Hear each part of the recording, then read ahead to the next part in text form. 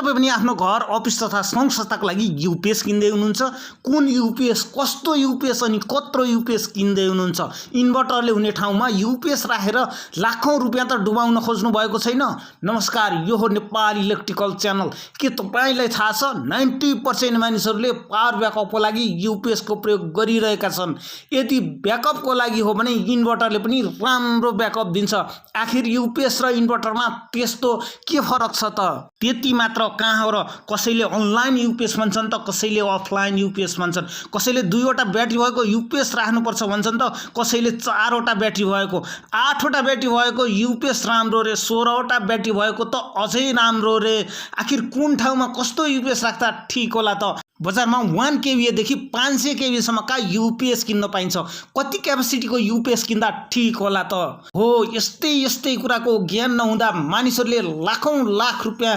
अनावश्यकमा पानी खनाए झैं खनाइरहेका छन् यो भिडियोलाई सुरुदेखि अन्त्यसम्म हेर्नुभयो भने यूपीएस तथा इन्भर्टरको बारेमा यस्तो जानकारी पाउनुहुनेछ जसले गर्दा तपाईको अफिस वा संघ संस्थाको लाखौं होइन करोडौं रुपैयाँ बच्न सक्छ आउनु सुरु गरौं आजको यो भिडियो यूपीएस को बारेमा जान्नु भन्दा पहिला यूपीएस भनेको के हो त्यो नै बुझ्नु पर्ने हुन्छ आखिर यूपीएस भनेको के हो त यूपीएस को फुल फर्म हुन्छ अनइन्टरप्टेड पावर सप्लाई नेपालीमा भन्नुपर्दा अटुट रूपमा प्राप्त हुने विद्युत सप्लाई मिलाइजुलाई भन्नुपर्दा विद्युत सप्लाई नहुँदा पनि निरन्तर नटुटिकन विद्युत सप्लाई दिने उपकरणलाई नै यूपीएस भनिन्छ विद्युत नहुँदा इन्भर्टर वा यूपीएसले ब्याट्रीबाट संग्रहित भएको शक्तिको प्रयोग गरेर विद्युत सप्लाई दिने गर्छ त्यसकारण बिजुली नहुँदा पनि ब्याट्रीको माध्यमबाट निरन्तर पावर सप्लाई दिने उपकरण नै यूपीएस हो भन्न सकिन्छ अब प्रश्न आउँछ यस्तो काम त इन्भर्टरले पनि गर्छ पक्कै पनि इन्भर्टरले पनि यूपीएसले गर्ने काम गर्छ तर यूपीएस राख्नुपर्ने ठाउँमा इन्भर्टर राख्न सकिँदैन किन सकिँदैन त्यसको लागि इन्भर्टर सम्बन्धी जान्नुपर्ने हुन्छ हामी सबैले थाहा छ सम्पूर्ण विद्युतीय उपकरणहरू 50 सप्लाईमा डिजाइन गरेका हुन्छन् भनेर इन्भर्ट भन्ने शब्दबाट इन्भर्टर भन्ने शब्द बनेको हो इन्भर्ट अर्थात उल्टो ब्याट्रीमा भएको डीसी सप्लाईलाई उल्टो अर्थात एसी बनाउने उपकरण नै इन्भर्टर हो जति बेला पावर कट हुन्छ त्यति बेला इन्भर्टरले ब्याट्रीको माध्यमबाट 220 भोल्ट एसी सप्लाई दिएर उपकरण निरन्तर चलाइरहन्छ र पावर आएपछि इन्भर्टरले पुनः ब्याट्रीको माध्यमबाट बनेको एसी सप्लाईलाई कट गरेर मेन लाइनलाई निरन्तरता दिन्छ अर्थात इन्भर्टरले जेनेरेटरले चाहिँ बत्ती नहुँदा ब्याट्रीबाट सप्लाई दिन्छ भने बत्ती आउँदा मेन लाइनबाट जस्तो सप्लाई आउँछ त्यस्तै सप्लाई दिन्छ यसले मेन लाइनबाट आउने भोल्टेजलाई घटबड गराउन सक्दैन यसरी लाइन जाँदा र आउँदा ब्याट्रीको सप्लाई र मेन लाइनको सप्लाई चेन्ज ओभर गर्नको लागि रिलेहरूको प्रयोग गरेको हुन्छ र यसरी सप्लाई चेन्ज हुँदा बत्ती झिपिक्क गरेको थाहा हुन्छ यस्तो अवस्थामा यदि कम्प्युटर जोडिएको छ भने कम्प्युटर रिस्टार्ट हुन सक्छ तर धन्दा नमान्नुस् इन्भर्टरमा एउटा बटनको माध्यमबाट यूपीएस मोड इनेबल गर्न सकिन्छ जसले गर्दा चेन्ज ओभर 8 मिलिसेकेन्ड भन्दा भित्रै हुने हुँदा कम्प्युटर पनि रिस्टार्ट हुँदैन र बत्ती पनि झिमिक्क गर्दैन यसबाट के बुझिन्छ भने घरको लागि र सामान्य कम्प्युटर ल्याबको लागि कम खर्चमा इन्भर्टर राख्न सकिन्छ यूपीएसमा खर्च गर्नुपर्ने कुनै आवश्यकता छैन यदि तपाईको घरमा पनि इन्भर्टर छ भने सिंगल पीसी को लागि कुनै पनि यूपीएस को जरुरत पर्दैन अब यति भनेपछि इन्भर्टरले पनि यूपीएस को काम गर्दो रहेछ भनेर मक्ख पर्नुभयो होला रुक्नुस् कुरा सिद्धेको छैन बजारमा दुई किसिमका इन्भर्टर देख्न सकिन्छ एउटा डिजिटल इन्भर्टर अनि अर्को sine wave inverter digital inverter एउटा सस्तो इन्भर्टर हो भने साइन वेभ इन्भर्टर महँगो हुन्छ आखिर किन यस्तो हुन्छ त सबै विद्युतीय उपकरणहरू 50 हर्ज एसी सप्लाईमा चल्छन् मेन लाइनबाट आउने सप्लाई 100% प्योर साइन वेभ हुन्छ र यही किसिमको सप्लाई अनुसार विद्युतीय उपकरणहरू डिजाइन गरेका हुन्छन् तर डिजिटल इन्भर्टरले मोडिफाइड साइन वेभ जेनेरेट गर्छ जुन प्योर हुँदैन जसको कारणले इन्डक्सन मोटर वा पंखामा हमिङ आउन सक्छ अर्थात नोइज आउन सक्छ र पावर सप्लाई आदि छिटो खराब हुने समस्या पनि आउन सक्छ यदि तपाई कम्प्युटरको लागि वा घरको लागि इन्भर्टर लिँदै हुनुहुन्छ भने प्योर साइन वेभ इन्भर्टर लिन सक्नुहुनेछ मलाई लाग्छ तपाईले इन्भर्टर सम्बन्धी सामान्य कुरा त जानिसक्नुभयो। अब कुरा गरौँ अफलाइन युपिएस को बारेमा। अफलाइन युपिएस एउटा इन्भर्टरलाई सुधारेर बनाइएको युपिएस हो। यस्तो खालको युपिएस अत्यधिक रूपमा कम्प्युटरमा प्रयोग गरिन्छ र तपाईले प्रयोग गरेको कम्प्युटरमा पनि यसको प्रयोग भएको हुन सक्छ। यो युपिएसले पनि इन्भर्टरले चाहिँ बत्ती गएको बेलामा अनवरत रूपमा पावर सप्लाई दिनुको साथसाथै मेन लाइनलाई रेगुलेट गर्दैन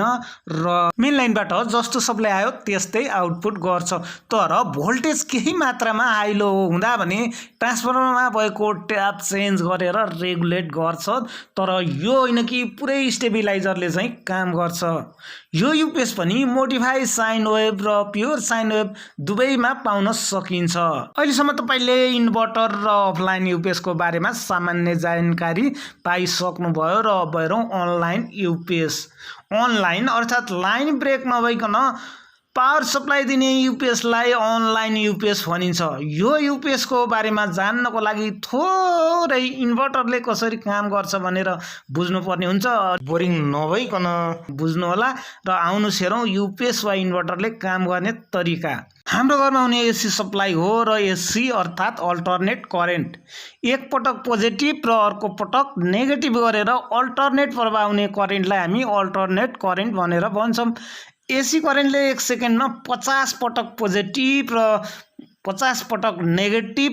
भएर करेन्ट प्रवाह गर्दछ, जसलाई हामी 50 हर्ज भन्छौँ। तर ब्याट्रीबाट प्राप्त हुने करेन्ट परिवर्तन हुँदैन। अब हामीलाई सम्पूर्ण उपकरण चल्नको लागि एसी सप्लाई चाहिन्छ। अब हामीसित ब्याट्रीको डीसी करेन्ट छ।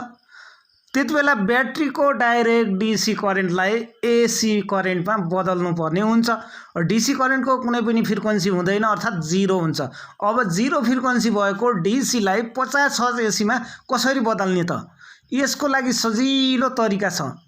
मानौँ हामीसँग 12 भोल्टको ब्याट्री छ र यदि त्यो ब्याट्रीको सप्लाईलाई एक सेकेन्डमा 50 पटक नेगेटिभ र 50 पटक पोजिटिभ हुने गरेर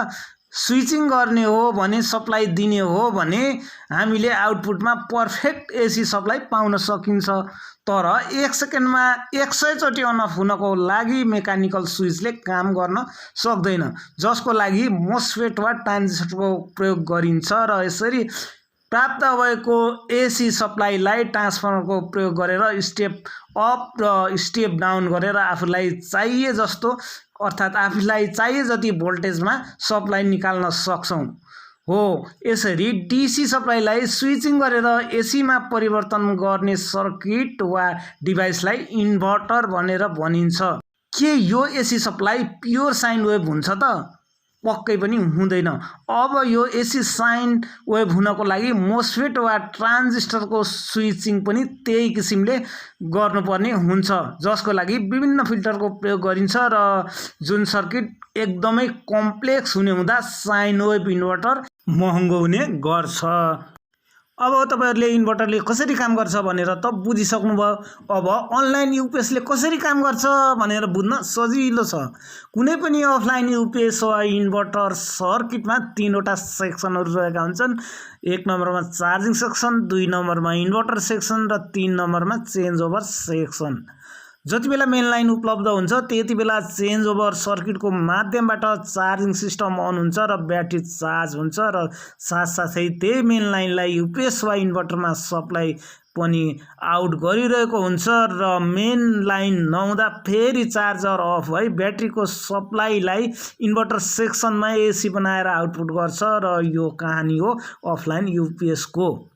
अब अनलाइन युपिएस को पनि सेम सिस्टम हो, तर अनलाइन युपिएस को चार्जिङ सिस्टम विशेष खालको हुन्छ। मतलब मेन लाइनबाट आउने पुराका पुरा एसी सप्लाईलाई डीसी मा बदल्छ। प्राय अनलाइन युपिएस मा धेरै ब्याट्री लाग्ने गर्दछन्, जसको कारण के हो भने ब्याट्री भोल्टेज बढाउनु हो। ब्याट्री भोल्टेज जति बढाउन सक्यो चार्जिङ करेन्ट पनि त्यति कम गर्न सकिन्छ र डीसी सेक्सन को एम्पियर पनि घटाउन सकिन्छ र ब्याकअप टाइम पनि बढाउन सकिन्छ। हामीले अनलाइन युपिएसले होल एसी लाई डीसी मा कन्भर्ट गर्छ भनेर जानिसक्यौं। अब त्यो डीसी भोल्टेजले ब्याट्री पनि आवश्यक भोल्टेज र करेन्ट कन्ट्रोल गरेर ब्याट्री पनि चार्ज हुन्छ भने त्यही डीसी सप्लाई सिधै इन्भर्टरमा जान्छ र यसको मतलब अनलाइन युपिएसमा कुनै पनि चेन्ज ओभर सिस्टम हुँदैन र मेन लाइनबाट आएको एसी पहिला डीसी बन्छ र फेरि त्यो डीसीलाई इन्भर्टरले एसी बनाउँछ र सप्लाई दिन्छ र यदि मेन लाइन नभए ब्याट्री प्यारलालमा हुने हुँदा ब्याट्रीको सप्लाईबाट डीसी सप्लाई आउट भइरहन्छ र यसले गर्दा सप्लाई कुनै पनि बेला 1 मिलिसेकेन्ड पनि टुट्दैन। यसरी मेन लाइनलाई डीसी बनाएर प्रपर रूपमा स्विचिङ गरिने हुँदा इनपुट भोल्टेज अप डाउन भए तापनि आउटपुटमा कुनै पनि किसिमको तलमाथि नभई फिक्स भोल्टेज हुने हुँदा अनलाइन युपिएस राखिसकेपछि कुनै पनि भोल्टेज रेगुलेटर वा स्टेबिलाइजरको जरुरत पर्दैन र अनलाइन युपिएस क्रिटिकल उपकरणहरूको लागि नभई हुँदैन। जस्तै हस्पिटल, डाटा सेन्टर लगायतका ठाउँहरूमा अत्याधिक महँगा इन्स्ट्रुमेन्टहरूको लागि यो युपिएसको प्रयोग गरिने हुन्छ।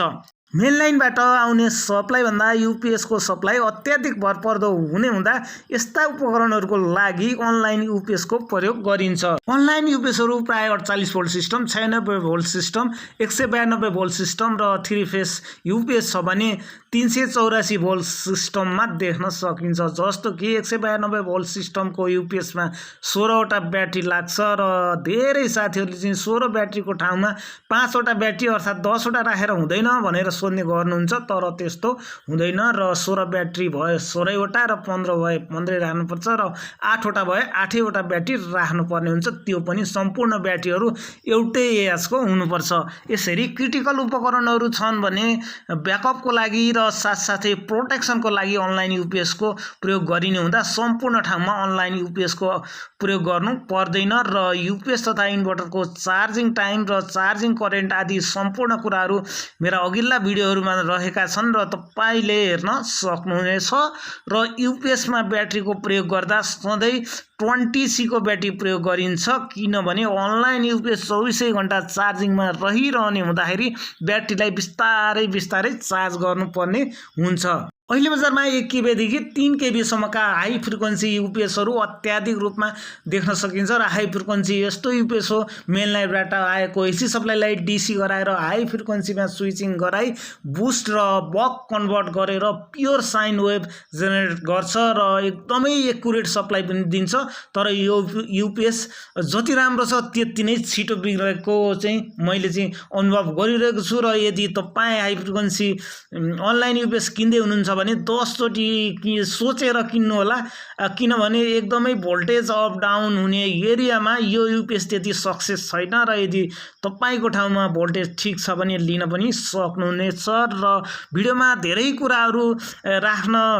कोसिस गर्दै पनि समयको अभावमा मैले राख्न सकेको छैन र आजको भिडियो तपाईलाई कस्तो लाग्यो कृपया कमेन्ट गर्नुहोला र जाँदै सब्स्क्राइब गर्न नभुल्नुहोला। धन्यवाद।